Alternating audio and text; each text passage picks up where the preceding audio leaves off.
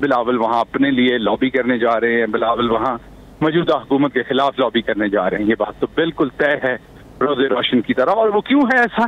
کیونکہ بلاول صاحب کی جو سیاسی برتھ ہے وہ ہے ہی ایسی سازش میں سے, پرچی میں سے نکلے تھے وہ معذرت کے ساتھ. اور ان کے والد محترم نے, اور اس ٹائم کونڈولیزا رائس جو کتاب ہے اس میں آپ پڑھ لیجئے, 341 صفحے میں بڑا کلیئر لکھا ہوا ہے سارا ماجرا کہ کس طریقے سے یہ ساری ڈیل ہوئی تھی.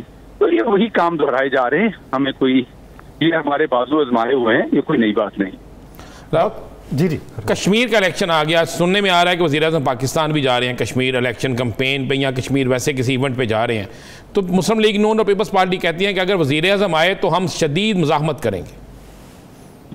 نہیں, پہلی بات تو یہ ہے کہ وزیر اعظم کیمپین میں تو نہیں جائیں گے نا. وزیر اعظم کے پاس تو نیچرلی جو رسپانسبلٹیز ہیں ان کے آفس کی وہ انہوں نے پوری کرنی ہے, اور وہ پورے پاکستان میں پوری کرنی ہے, اور وہ کر رہے ہیں. ان سے پوچھیے کہ جب ان کے نواز شریف صاحب منہ اٹھا کے لدھیانہ جاتے تھے الیکشن کے دوران اور اربوں روپیہ بانٹتے تھے تو تب کوئی اور قانون تھا ملک کا. لیکن بہرحال پرائم منسٹر عمران خان جو ہے وہ کسی بھی طرح سے الیکشن کے اوپر اثر انداز ہونے کے لیے کہیں نہیں جا رہے. وہ اپنی جو ان کے ویسے دورے ہیں پورے ملک میں, ابھی گوادر گئے ہوئے تھے تو کیا وہاں الیکشن کے لیے گئے ہوئے تھے؟ پرائم منسٹر اپنے آفس کی ذمہ داریاں پوری کرتے ہیں جو ان کی ہیں. ڈاکٹر صاحب, مریم صاحبہ کا آج کا بیان ہے کہ حکومت جب جائے گی تو واپس نہیں آئے گی. پی ڈی ایم فیصلہ کرے نہ کرے, عوام فیصلہ کریں گے, اور اگر آزاد کشمیر میں دھاندلی نہ ہوئی تو نون لیگ وہاں پہ حکومت بنائے گی.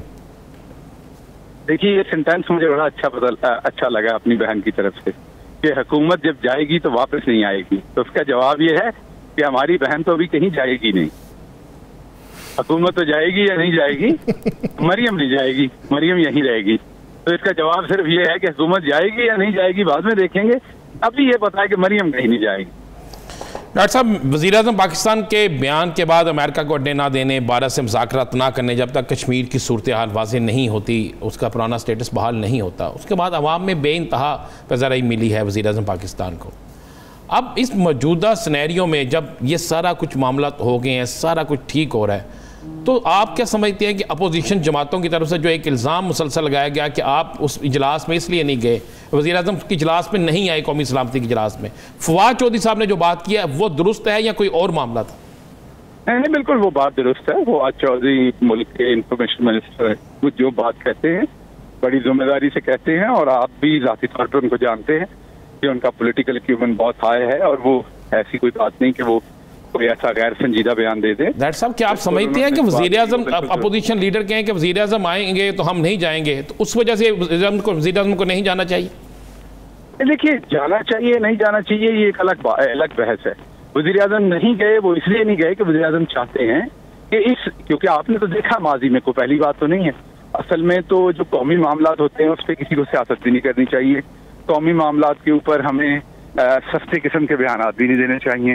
لیکن کیا ماضی میں ہمارے ملک میں یہ ہوتا رہا ہے کہ نہیں؟ اپوزیشن کی طرف سے ہوتا رہا ہے, آپ کے سامنے یہ کرتے رہے ہماری حکومت کے دوران بار بار. اس لیے ہم جو قومی معاملات ہیں اس میں اگر ہمیں لگے کہ ہم اپنی چھوٹی سی قربانی دے کے ملک کے کسی مفاد کو بچا لیں تو ہم اس کا کبھی دریغ نہیں کرتے. ڈاکٹر صاحب, آج وزیر اعظم عمران خان صاحب نے یہ کہا کہ پروٹوکول میں کمی کریں گے, نجی جو محفلیں ہیں وہاں پہ پروٹوکول نہیں لگایا جائے گا, وزراء, گورنرز, ان کے پروٹوکول پر بھی نظر ثانی کی جا رہی ہے. ابتدائی طور پر بھی یہی بیان تھا جب حکومت میں آئے, بعد میں اسے ضرورت قرار دے دیا گیا, تنقید بھی ہوتی رہی, لیکن اب جب لوگ بھول چکے ہیں تو پھر سے وہی ضرورت کیوں آن پڑی؟ نہیں, یہ بہت ہی زیادتی کا آپ نے سوال کیا, بہت ہی غلط سوال کیا. میں بالکل آبجیکٹ کروں گا آپ کے سوال کو, بہت اسٹرانگلی آبجیکٹ کروں گا. میں بڑا خفا, بلکہ بڑا خفا. چلیں تصحیح کر دیجئے ڈاکٹر صاحب, تصحیح کر دیں آپ. میں بالکل, آپ دونوں میرے بھائی ہیں, لیکن میں بار بار کہہ رہا ہوں کہ میں بہت ہی رنج کے ساتھ آپ کو آبجیکٹ کروں گا. یا تو آپ پھر جرنلزم کر نہیں رہے, اور اگر آپ کر رہے ہیں تو کیا رانا صاحب بیٹھے ہوئے ان سے پوچھیں کہ کیا وزیر ایسے پھرتے تھے پچھلی حکومتوں میں جس طریقے سے آپ پھرتے ہیں؟ بتائیے رانا صاحب, آپ بتائیے. نہیں, میں اس بات کی تصدیق کرتا ہوں, واقعی وزیر اس طرح نہیں پھرتے تھے. ہمارا جو سوال تھا شہباز بھائی, جو ہمارا سوال تھا وہ کچھ یہ تھا کہ اب کیا پہلا پروٹوکول جو کم کیا تھا مزید کم کرنے جا رہے ہیں, عوام کو کیا ہم نے پیغام دینا ہے؟ جی, بات یہ ہے کہ پرائم منسٹر نے آ کے تمام جو غیر ضروری پروٹوکول تھے وہ ریموو کر دیے. ہاں, سیکیورٹی کچھ لوگوں کے پاس ہے, بالکل ہے. اب پرائم منسٹر دیکھنے جا رہے ہیں کہ جو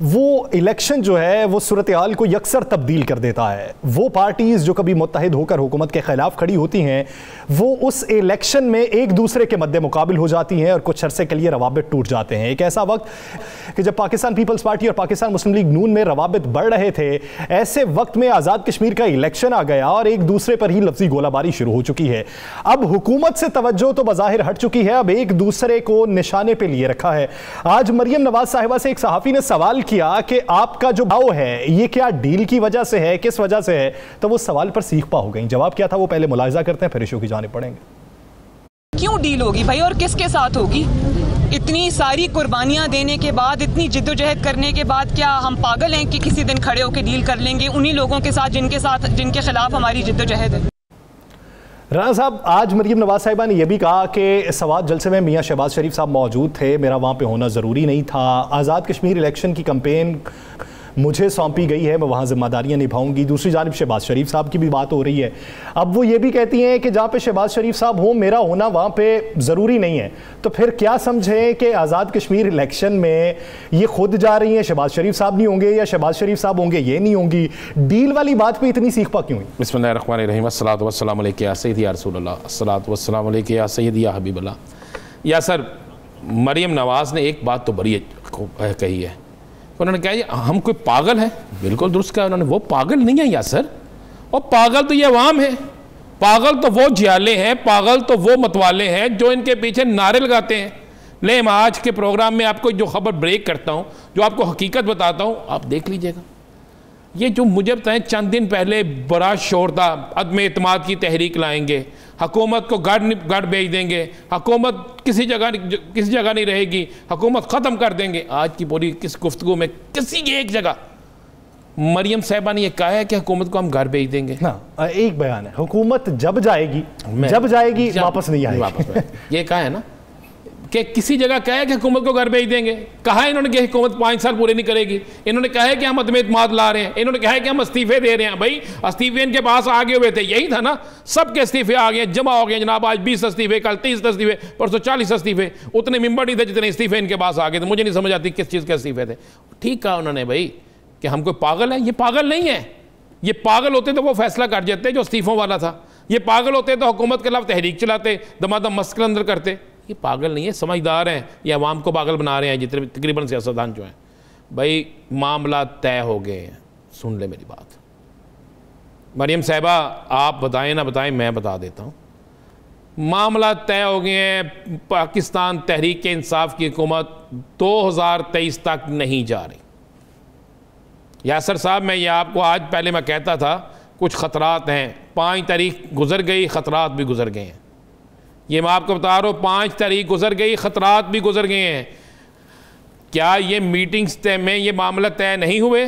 کیا مسلم لیگ نون کی اپنی میٹنگ میں یہ بات نہیں ہوئی کہ بھئی ان حالات میں جب انٹرنیشنل سینیریو بدل رہا ہے, جب پاکستان کے اندر کا سیاسی سینیریو بڑا خوفناک ہے, جب انٹرنیشنل طور پہ معاشیت کی صورتحال بڑی خراب ہے, تو اس صورتحال میں کسی صورت میں ہم نے حکومت پہ نہیں آنا؟ کیا یہ مسلم لیگ نون کے اندر بات نہیں ہوئی؟ کیا پاکستان پیپلز پارٹی کا بھی یہی موقف؟ یہی موقف پاکستان پیپلز پارٹی کا بھی ہے, اور ان دونوں کے موقف کے ساتھ ساتھ اب مولانا فضل الرحمان کا موقف بھی یہی ہے. مولانا فضل الرحمان کے موقف کے ساتھ ساتھ محمود اچکزئی کا موقف بھی یہی ہے. محمود اچکزئی کے موقف کے ساتھ ساتھ جناب نورانی صاحب کا بھی موقف یہی ہے. ان کے ساتھ ساتھ جناب شیخ آفتاب شیر پاؤ کا موقف بھی یہی ہے. اب ان کے ساتھ ساتھ جناب ANP کا بھی موقف یہی ہے. یہ جو ہم کہتے تھے نا کہ بڑے بڑے نکلے ہیں جناب, گراؤ جلاؤ چھاپا فلاں جناب دھرنا دے دیں گے, پارلیمنٹ ہاؤس کے اندر کوئی نہیں جائے گا, باہر کوئی نہیں آئے گا, ارکان اسمبلی کے گھروں کے باہر جائیں گے, استعفے تیار ہیں, فلاں تیار ہے, فلاں تیار. کچھ نہیں ہے یاسر صاحب. چند دن پہلے یہ مومنٹ فائنل ہو چکی ہے. اچھا رانا صاحب ایک سوال ہے, اگر آنے والے دنوں میں صورتحال کچھ تبدیل ہوتی ہے, وہ جو ضمانتوں پر رہا ہوئے وہ پھر سے اندر ہو جاتے ہیں, تو پھر بھی صورتحال یہی رہے گی؟ یہی رہے گی. میں آپ کو بتا رہا ہوں جو بھی ہوگا. اب بھائی اب تو خود کچھ لوگ چاہتے ہیں کہ ہم اندر جائیں, تھوڑا سیاسی قد ہمارا بڑھ جائے. وہ یہ کون سی جیل کاٹ رہے ہیں؟ اور ان کو یہ جو سیاست ہے نا, ان کو کٹائیں ذرا ماجے والی جیل, ان کو کٹوائیں وہ جیل جو بیچارہ ایک عام آدمی کاٹ رہا ہے. بھائی یہ جیل جاتے ہیں وہاں پہ B کلاس ہے, بلکہ A کلاس ملتی ہے انہیں. وہاں پہ جب جیل میں تھوڑی سی تنگی آتی ہے ہاسپٹل میں چلے جاتے ہیں، ہسپتال میں ٹیلی فون ان کے پاس ہے، ہسپتال میں کھانا نمبر 1 ان کو ملتا ہے، ہسپتال میں بیڈ ان کے پاس ہے، ٹی وی ان کے پاس ہے، اے سی ان کے پاس لگا ہوا. کیا کون سی جیل ہے؟ وہ جیل تو کاٹتا وہ جب چاہ رہا جو بے گناہ پکڑا جاتا ہے، جیل تو کاٹتا جس کا گھر کا بل زیادہ آ جائے وہ چیختا ہے، بل ادا نہیں کرتا اسے پکڑ کے لے جاتے ہیں. جیل وہ کاٹتے ہیں. یا جیل کاٹنے کے لیے صحافی موجود، اب تو صحافیوں کو بھی دھمکیاں ملتی ہیں نا، یہ وہ موجود ہیں. یہ کس طرف سے جیل کاٹتے ہیں؟ کوئی جیل نہیں کاٹتے. یہ جیل نہیں ہوتی، یہ پکنک ہوتی ہے، یہ کچھ دنوں کے لیے آرام ہوتا ہے. یاسر ایسی جیلیں جو ہوتی ہیں نا، یہ غریب آدمی کے لیے جیلیں ہیں، یہ صحافیوں کے لیے جیلیں ہیں اور ان کے لیے جیلیں نہیں ہیں. دوسری بات ہے یہ طے ہو گیا. مسلم لیگ نون کی جب میٹنگ میں یہ بات طے ہوئی کہ اب 2023 تک کا کریں، تو میں آپ کو یہ بھی بتا دوں، بڑی خبر دے دوں. کیا محترمہ وہاں پر ایک آپ کے اہم ترین لیڈر نے نہیں کہا کہ بھائی 2023 تک کا انتظار کریں ہمیں کچھ ملے گا؟ یہ میں لفظ آپ کو کہہ رہا ہوں.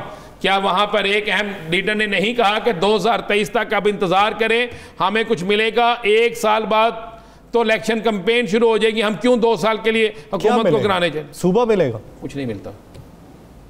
ہر شخص کی خواہش ہوتی ہے. دیکھیں حالات کے وقت کے ساتھ ساتھ چینجنگ ہوتی ہے. یاسر ایک ذہن میں رکھیے گا، اگر آپ یہ کہیں ایک شخص ہے آج حالات اور ہیں، آپ کسی سے کوئی بات کرتے ہیں وہ حالات اور ہیں، کل آ کے حالات کسی اور کڑبڑ میں چلے جاتے ہیں. انٹرنیشنل سینیریو بڑا چینج ہو رہا ہے، آپ کے ملک کی حالات چینج ہو رہے ہیں. یہ جو آپ نے افغانستان والی موومنٹ ہے، یہ چھوٹی موومنٹ نہیں ہے، یہ بہت بڑی موومنٹ ہے. آدھے افغانستان پہ طالبان کا قبضہ، اس پہ بھی آئیں گے، اس میں بھی آپ کو ایک آج بڑی 2 بریکنگیں دیں گے، 2 بڑی بریکنگیں دیں گے. آگے بڑھ کے بات کر لیتے ہیں. تو یاسر صاحب یہ ہے پیپلز پارٹی فائنل کر چکی ہے اور اس میں بھی اس یقین دہانی پر کچھ حصہ ملے گا.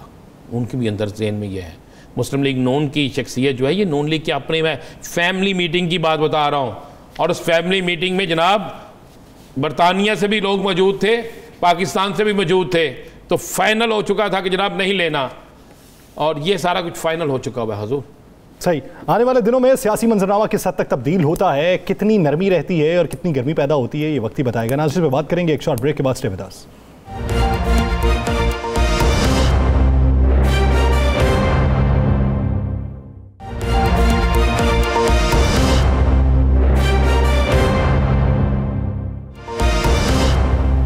Welcome back. ناظرین، حکومت کے حالیہ اقدامات، بلوچستان کے حوالے سے پالیسی، جیوگرافی صورتحال کے حوالے سے میٹنگز، اپوزیشن کا جو تعاون درکار تھا، اپوزیشن کس حد تک حکومتی اقدامات پر متفق ہے، مطمئن ہے. آنے والے دنوں میں آزاد کشمیر الیکشن کے حوالے سے حکومت اور اپوزیشن کی جو تحفظات ہیں اور جو دعوے ہیں وہ کس حد تک سچ ثابت ہوں گے، اسی بارے میں بات کرنے کے لیے ہمیں جوائن کیا ہے پاکستان مسلم لیگ نون کے سینئر رہنما ملک احمد خان صاحب نے. ملک صاحب بہت شکریہ آپ کے وقت کا. ملک صاحب، کشمیر کے الیکشن سے آغاز کر لیتے ہیں. مریم صاحبہ کا آج کہنا تھا کہ اگر دھاندلی نہ ہوئی تو نون لیگ دوبارہ حکومت بنائے گی آزاد کشمیر میں، جبکہ فواد چودھری صاحب کہتے ہیں کہ جب امیدوار نہ مل رہے ہوں تو تب دھاندلی کا واویلا شروع کر دیا جاتا ہے. نہیں دیکھیں، یہ تو ایک بالکل واضح اور 2 ٹوک بات ہے کہ اگر وفاقی حکومت کے وزراء جو اس وقت وہاں پہ کیمپین کر رہے ہیں اگر وہ دھاندلی نہیں ہے تو اس کے علاوہ کیا ہے. ایک ووٹ کے بدلے میں کروڑ روپے کی لالچ، وہ کوئی بغیر سوچے سمجھے بول رہے ہیں. وہ کیا کہہ رہے ہیں؟ ایک ووٹ کے بدلے پر اس طرح سے ووٹر کو برائب کر رہے ہیں. ایبسلیوٹلی وہ کہہ رہے ہیں کہ ہم اس طرح سے کام کریں گے کہ آپ کا ایک ووٹ 1 کروڑ روپے کے ساتھ تولا جائے گا. یہ وہاں پہ مراد سعید اور وہ جو ان کے ہیں کشمیر کے امور کے وزیر، وہ دونوں کیمپین اسپیچز نکالیں اور دیکھیں. علی امین گنڈا پور. اور یہ جب ریسنٹ پاسٹ میں آپ کو یاد ہوگا پچھلے دنوں جب کہ گلگت بلتستان کے الیکشنز ہو رہے تھے، اس میں الیکشن کمیشن کی واضح ہدایات تھیں کہ اگر گورنمنٹ نے کیمپین کرنی بھی ہے تو کس حد تک کرنی ہے. اور پھر اس کے بعد جو ڈسکا کا الیکشن تھا اس میں سپریم کورٹ کے آبزرویشن آپ کے سامنے ہے، اور وہ عثمان ڈار کا جب بطور ایس اے پی ایم 2 وہ جو ان کا عہدہ تھا اس سے انہوں نے اپنے آپ کو علیحدہ اس لیے کیا کہ وہ کیمپین کے دوران جو پبلک پلیجز دے رہے تھے، وعدے کر رہے تھے. تو یہ ایک واضح صورت ہے دھاندلی کی کہ آپ حکومتی مشینری کا استعمال کریں، وہاں پہ پروٹوکولز کے ساتھ آگے پیچھے چیف سیکرٹری کی گاڑیاں لگا کر آپ کیمپین کر رہے ہوں. تو یہ لیول پلینگ فیلڈ مسلم لیگ نون اس پر ان کے خلاف کوئی الیکشن کمیشن میں جا رہی ہے؟ ضرور جانا چاہیے، میرے علم میں تو نہیں ہے، لیکن اگر نہیں جائیں گے تو غلط ہوگا. جانا چاہیے، کمپلینٹ کرنی چاہیے. ان کی جو یہ اوور ڈوئنگز ہیں، ان کی جو لا کی پرواہ نہ کرنا، الیکشن کمیشن کے ضابطہ کار کی اس کو کسی خاطر میں نہ لانا اور جا کے وہاں پہ حکومت کی مشینری کا اندھا دھند استعمال کرنا، حکومتی وسائل کا استعمال کرنا. چیف ملک صاحب ذرا اس سے آگے نکل جاتے ہیں. اگر وہ جائیں گے تو آپ نے کہا کہ تھانے دار تک آپ کہہ رہے ہیں کہ جانا چاہیے، نہیں جائیں گے تو نقصان اٹھائیں گے. ملک صاحب، مسلم لیگ نون کا نعرہ تھا اسمبلیوں سے استعفے. آپ لوگوں نے استعفے جمع بھی کروا دیے، استعفے جمع بھی ہو گئے. پیپلز پارٹی چلیں کھسک گئی بیچ میں سے، لگا لیں جو آپ کہتے ہیں وہی مان لیتے ہیں. لیکن اس کے بعد اب استعفوں کا ذکر دور دور تک نہیں. جس اسمبلی کو بار بار محترمہ کہتی ہیں جعلی اسمبلی ہے، خواجہ سعد رفیق کہتے ہیں ہمیں حلف نہیں اٹھانا چاہیے تھا، تو اب کون سی ایسی چیز آ گئی کہ آپ کو اسی اسمبلی کے اندر بیٹھنا بھی ہے اور استعفوں کا معاملہ بالکل خاموشی سے گول ہو گیا؟ جی رانا صاحب، دیکھیں یہ جو استعفے ہیں نا، یہ ان کا مقصد یہ تھا کہ اگر کلیکٹیولی دیے جاتے، یہ میں تسلیم کرتا ہوں کہ پیپلز پارٹی کو حق حاصل ہے. اب میں کسی تجزیہ نگار کے طور پہ تو نہیں کہہ رہا، بٹ ایک سیاسی کارکن کی حیثیت سے میں یہ کہہ رہا ہوں کہ اگر پیپلز پارٹی دیانتداری کے ساتھ یہ سمجھتی ہے کہ وہ ان کی ایک حکومت ہے، وہ کیوں چھوڑیں گے؟ ان کا حق ہے کہ وہ استعفے نہ دیں، اسمبلیوں کے اندر رہیں، یہ ان کا حق ہے. لیکن پی ڈی ایم کی جو 22 نکات تھے ان کا یہ حصہ تھا، اور ہمارا یہ خیال تھا کہ جتنا اس کو ہم وقت دیں گے اور جتنا اس سسٹم کا حصہ رہیں گے، اتنا ہی ہم اس کاز سے، جس کاز کو جو کہ چھوٹا کاز نہیں تھا، یعنی آپ کی پولیٹیکل فورسز یہ ریزالو کر لیں کہ اب آپ نے کوئی ایسی ارینجمنٹ نہیں کرنی جس میں آپ اسٹیبلشمنٹ کے ساتھ جا کر بیٹھیں اور کوئی ایسا رستہ نکالیں جس کے ذریعے آپ حکومت تک جائیں، یا آپ کو سلیکٹڈ برانڈ کرنا پڑے، یا آپ کبھی کسی مارشل لا کی پیداوار کے طور پہ دیکھے جائیں، یا کہ دیکھا جائے کہ اس دور میں جب یہ فلاں فوجی عامر تھے تب آپ کی وہ جو آپ کے الیکشنز کے پروسیسز میں آپ آئے اور اس کو سمجھا جائے کہ یہ وہ نرسریاں تھیں. So let it is a time to put an end to that. یہ ایک وقت ایسا آ جائے جس میں یہ تصور کیا جائے کہ اب بالکل جو کہ آئین میں متفقہ طور پہ سارے ملک نے اور ساری سیاسی جماعتوں نے اپنے لیے حدود و قیود طے کی ہیں، سیاسی جماعتوں پر طے کی ہیں، پارلیمنٹ کے لیے کی ہیں، عدلیہ کے لیے کی ہیں، فوج کے لیے کی ہیں، سب کے لیے کی ہیں. تو اس کو اس ایک پرائے میں رکھ کے دیکھا جاتا تو یہ بحث مختلف تھی، اور اس کے لیے اسمبلیز میں سے باہر نکلنا، یہ حکومت کا خاتمہ تو ایک بڑا اس کا ایک چھوٹا پہلو تھا، ٹریویل ایشو تھا پی ڈی ایم کی فارمیشن کا. باہر کیف وہ حکومت کے خاتمے تک آ کے محدود ہوا. ہم بشمول میری جماعت، بشمول پیپلز پارٹی، سب جماعتیں اپنی ریئل پولیٹک کی اپروچ میں گئیں. تو ٹھیک ہے، وہ ان کا حق تھا، انہوں نے کیا. یہ ہمارا حق ہے، ہم کریں گے. کب استعمال کرتے ہیں؟ We save our right to do that. جب بھی ہم مناسب پی ڈی ایم کے پلیٹ فارم سے مایوس ہو چکے ہیں، کیونکہ مریم بی بی صاحبہ کا آج یہ کہنا تھا کہ پی ڈی ایم کچھ کرے نہ کرے عوام فیصلہ کریں گے. دیکھیے، پی ڈی ایم کی جو شکل ان 9 جماعتوں کے اتحاد میں تھی، اب ظاہری طور پہ آج تو نہیں ہے.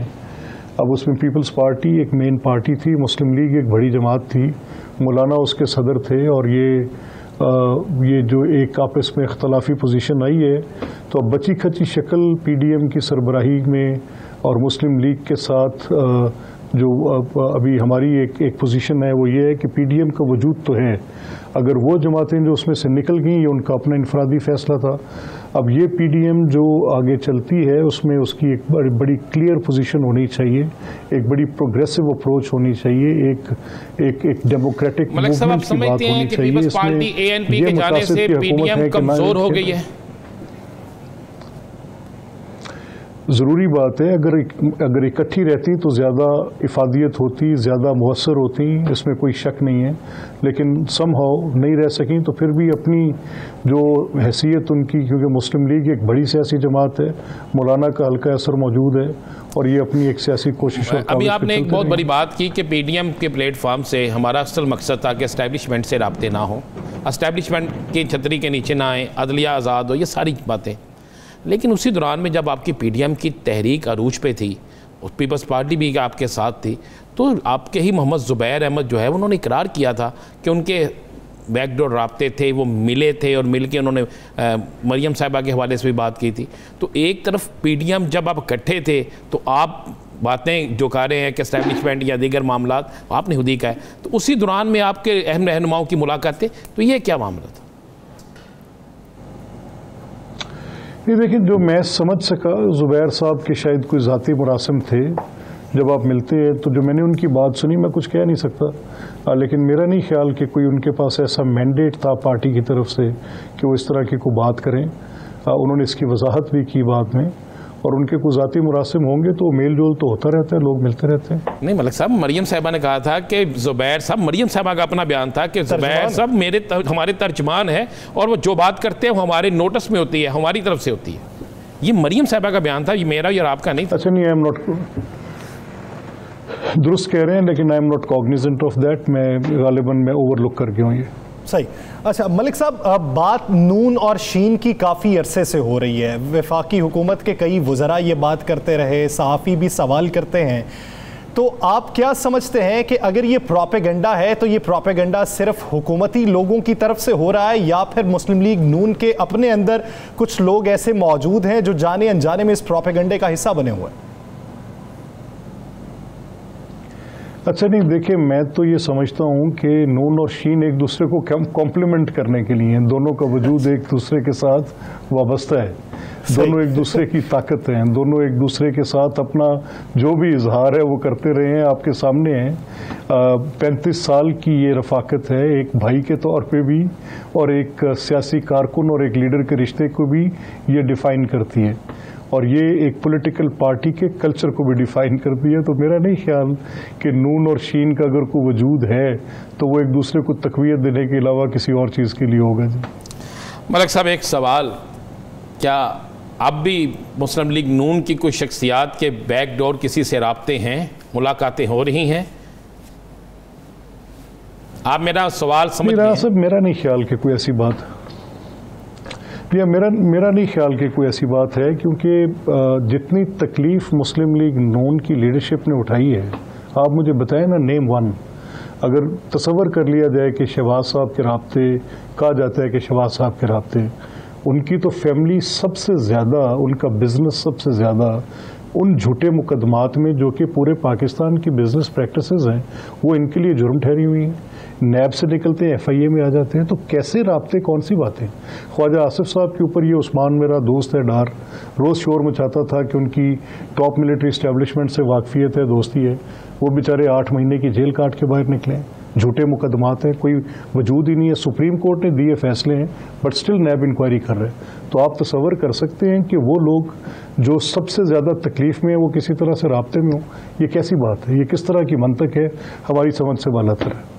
ملک صاحب، یہ جو باتیں چل رہی ہیں کہ شہباز شریف صاحب پاکستان پیپلز پارٹی سے رابطے استوار کرنا چاہتے ہیں، لیکن مریم بی نہیں چاہتی کہ پاکستان پیپلز پارٹی سے رابطے بحال کیے جائیں، اسی وجہ سے یہ ابھی جو حالیہ بریک ڈاؤن دیکھنے میں آیا، جو روابط بڑھتے بڑھتے رک گئے، یہ اس وجہ سے؟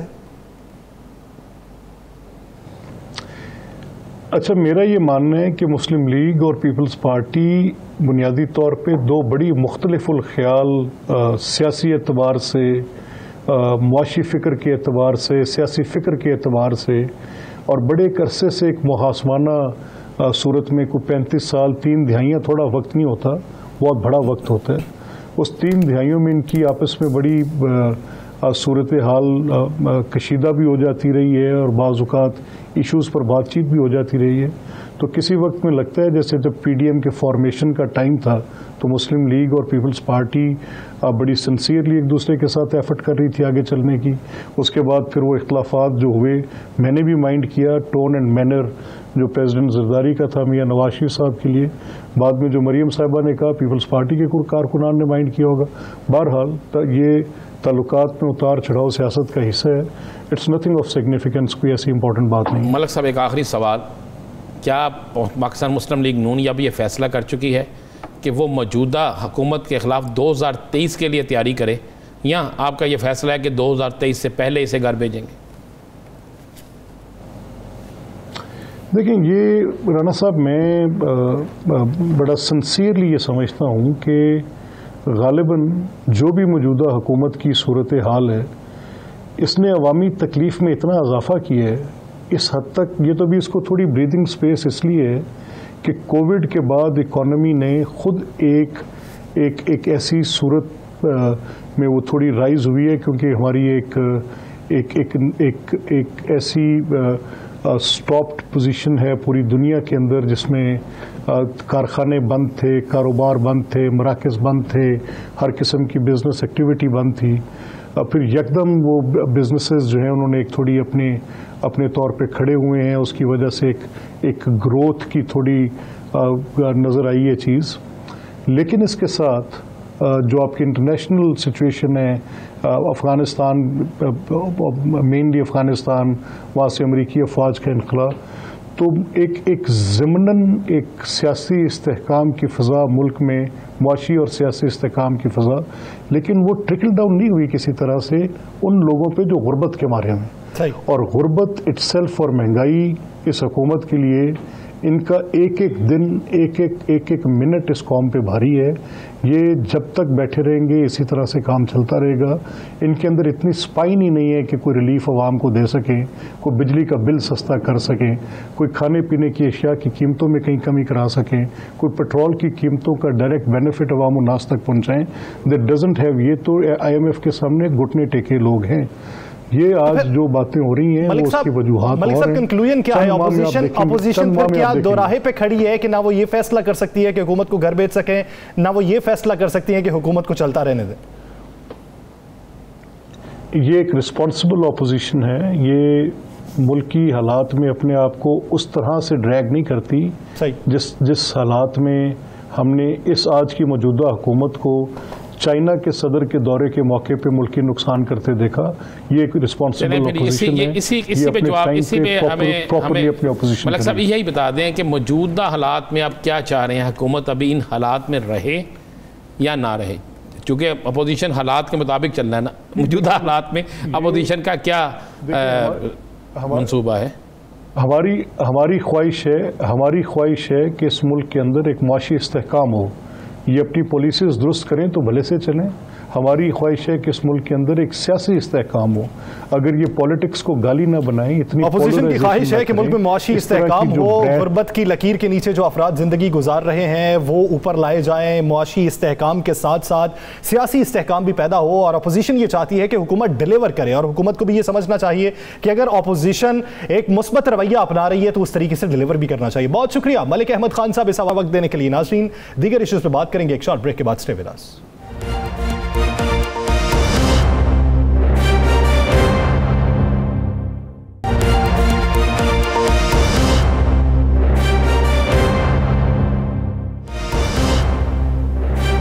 Welcome back.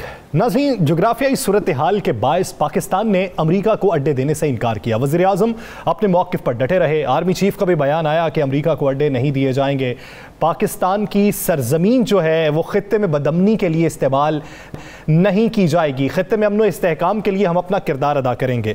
جب پاکستان کی طرف سے یہ اقدام اٹھایا گیا، یہ سٹینس اپنایا گیا، تو پھر کوئی نہ کوئی تو ہوگا جو پاکستان کے مخالف ہے، کوئی نہ کوئی ملک تو ہوگا جو امریکہ کو آفر کرے گا. آنے والے دنوں میں خطے میں بدامنی پھیلانے کے لیے، خطے میں سیاسی استحکام نہ لانے کی کوششیں کون کر رہا ہے؟ کس کی طرف سے یہ افرادی قوت دکھائی جا رہی ہے، یا زمینی ساخت کے باعث دوسروں کو مائل کیا جا رہا ہے کہ ہاں ہمارے ہاں آئیے، یہاں سے راستہ اپنائیے، یہاں سے اپنا عروج پائیے؟ تو پھر یہ انہی کے لیے ہوگا جن کے اپنے مفاد افغانستان میں ہیں. وہ مفاد کس طریقے کے ہیں؟ یہ رانا صاحب کی طرف بڑھیں گے. رانا صاحب، پاکستان کے انکار کے بعد کو آفر کس نے کیا اور کیا کیا؟ یاسر، میں آج ایک بڑی خبر دیتا ہوں، اور میں خاص کر بھارتی میڈیا پر یہ کہوں گا کہ بھارتی میڈیا بھی اسے سنیں، جو چند دن بعد اس خبر کو لے کے آئیں گے. میں وہاں اس کے لیے ان کے لیے بریکنگ دے دیتا ہوں. بھارت اور انڈیا کے، بھارت اور امریکہ کے ساتھ یہ مذاکرات جو ہیں آخری مراحل میں پہنچ چکے ہیں. بھارت جو ہے وہ ہر صورت میں اڈے دینے کے لیے تیار ہے، لیکن بھارت اس میں اپنا ایک بہت بڑا حصہ مانگ رہا ہے. بھارت اور امریکی حکام کے ساتھ جو ان کی میٹنگز ہوئی ہیں، ان میٹنگز میں یہ آپ کو پتہ ہے برس سے پہلے ازبکستان، تاجکستان یہاں سے اڈے مانگنے کی کوشش کی گئی. انہوں نے فوجی اڈے دینے سے انکار کر دیا. بڑے چھوٹے ملک ہیں لیکن انکار کر دیا، کیونکہ ان سب نے ایک ہی بات کہی کہ ہمیں یہ حقیقت مان لینی چاہیے کہ طالبان ایک حقیقت ہے. اگر طالبان ایک حقیقت اور قوت نہ ہوتے تو کیا امریکہ جیسی سپر پاور ان سے مذاکرات کرتی ہے؟ سر، طالبان کی ایک پوزیشن تھی تو ان سے مذاکرات کیے گئے. طالبان ایک اچھی پوزیشن میں تھے تو آخر کار امریکہ کو اس کے ساتھ مذاکرات کر کے وہاں سے نکلنا پڑا. اب امریکہ نے جب پاکستان نے انکار کیا، جب اور دیگر ممالک نے انکار کیا، تو بھارت کے ساتھ ان کے مذاکرات چل رہے تھے. ان مذاکرات میں تقریباً چیزیں فائنل ہو چکی ہیں. اب بھارت کیا چاہتا ہے؟ اچھا، بھارت نے اس میں ڈیمانڈ کر دی ہے. بھارت نے کہا جی ہم اڈے دیتے ہیں. صحیح. صرف اڈے جو ہیں وہ استعمال افغانستان کے لیے نہیں ہوں گے، وہ اڈے پاکستان کے سی پیک کے خلاف بھی استعمال ہوں گے. آپ پاکستان میں جو سی پیک ہے اسے ختم کرنے میں اپنا رول ادا کریں گے. آپ پاکستان کے اندر ہم جو دہشت گردی پھیلا رہے ہیں اس میں بھی آپ مزید ہمارا ساتھ دیں گے. یہ میں آپ کو بتا رہا ہوں. اس پہ آ کے بات تھوڑی سی رکی ہوئی ہے. اب پاکستان کے بھی ادارے بڑے مضبوط ادارے ہیں. پاکستان کے اساس ادارے جو ہیں ان کو ایک ایک چیز کی خبر ہے، ایک ایک چیز ان کے علم میں ہے. اور اب تو موومنٹ بھی تبدیل ہو چکی ہے. یاسر آپ ذہن میں رکھیے گا، اگر امریکہ کو بھارت اڈے دیتا ہے تو دوسری طرف چائنا، ایران، پاکستان، رشیا یہ بھی ایک پیج پہ آ جاتے ہیں. دیکھیں ہر صورت میں چائنا کو چاہیے اب افغانستان کے اندر امن، چونکہ افغانستان کے اندر امن ہوگا تجارت صحیح چلے گی، سی پیک ٹھیک نکلے گا. اب ایران چائنا کی بہت بڑی انویسٹمنٹ ایران میں بھی ہو چکی ہے سی پیک کی وجہ سے نا یاسر. اب ایران کو بھی پیسے ملے ہیں. ایران بھی چاہتا ہے کہ افغانستان کے اندر امن ہو. ایران سے جو توقعات لگا کے بھارت بیٹھا تھا اس کو انکار ہو گیا. ازبکستان بھی چاہتا ہے کہ سی پیک کا حصہ بنے. اب رشیا جو ہے وہ بھی چاہتا ہے. اب پاکستان کا ساتھ دینے کے لیے چائنا، رشیا، ایران یہ سارے کھڑے ہو گئے. یہ ہر صورت میں چاہتی ہے افغانستان کے اندر امن ہو. اب کیا کیا امریکہ کو ایک ہی نظر آیا، وہ نظر آیا گٹھ جوڑ افغانستان کے اندر ایک افغانستان کی حکومت جس میں NDS اور کرے گے اسرائیل، اور اس کے بعد یہ بھارت. اب بھارت کی بہت بڑی انویسٹمنٹ جو ہے وہ افغانستان میں ہے. بھارت کو اپنی ایک تو انویسٹمنٹ ڈوبتی ہوئی نظر آ رہی ہے. آپ کو بتا دوں میں نے کل بھی ہم نے پروگرام میں بتایا تھا کہ بھارت کے جہاں پہ کچھ لوگ پکڑے گئے ہیں وہاں پہ بھارت کے کئی قونصلیٹ بھی بند ہو گئے ہیں. وہ بھی طالبان کے آنے کے خوف سے بھاگ گئے وہاں سے، کیوں نہیں کہ اب ہم نے پکڑے جانا ہے، ہماری بہت سی چیزیں بے نقاب ہو جانی ہیں. اب وہاں پہ بد امنی کے لیے یہ کوشش کر رہے ہیں امریکہ، میں کہہ دیتا ہوں CIA، موساد، NDS، را، یعنی anti Pakistan, anti China, anti Pakistan قوتیں جاتی ہیں کہ کسی صورت میں وہاں پہ امن نہ ہو. جب امن نہیں ہوگا تو وہاں سے جو لاکھوں کی تعداد میں افغانی پاکستان آئیں گے. آگے بھی آپ کو پتا پاکستان میں جو ماحول ہوا اس کے لیے تو یہ فیصلہ کر لیا گیا اگر وہ آتے ہیں پاکستان تو انہیں سرحدی علاقوں میں ہی رکھا جائے گا، انہیں آگے آنے کی اجازت نہیں دی جائے گی. اس پہ بڑا سنجیدگی سے غور شروع ہو چکا ہے. اب بھارت جو ہے وہ اڈے دینے پہ تیار ہو رہا ہے، لیکن بھارت کی جو شرائطیں ہیں وہ امریکہ جو ہے اس کے لیے بہت بڑا مسئلہ ہے. امریکہ کہتا ہے کہ اگر میں ڈائریکٹ وہاں سے اڈوں کے بعد پاکستان سی پیک پہ کوئی ایسا حملہ کرواتا ہوں انہی اڈوں کے ذریعے، یعنی وہ اس کی آر میں ہوتا ہے، تو پھر میں مقابلہ کس طرح کروں گا؟ مجھے پاکستان نہیں چائنا کا اس سے بھی لڑنا پڑے گا. رشیا، ایران، بہت سی قوتیں جو ہیں وہ اکٹھی ہو جائیں گی اور ایک نیا بلاک جو بن رہا ہے وہ امریکہ کے لیے، امریکہ کے تھنک ٹینک نے کہا ہے کہ جناب یہ نیا جو بلاک بن رہا ہے اگر آپ نے بھارت کی بات مان لی ان اڈوں کے بس تو پھر آپ کے لیے ایک اور خوفناک جو ہے چیز سامنے آ جائے گی اور ہم تباہ ہو جائیں گے.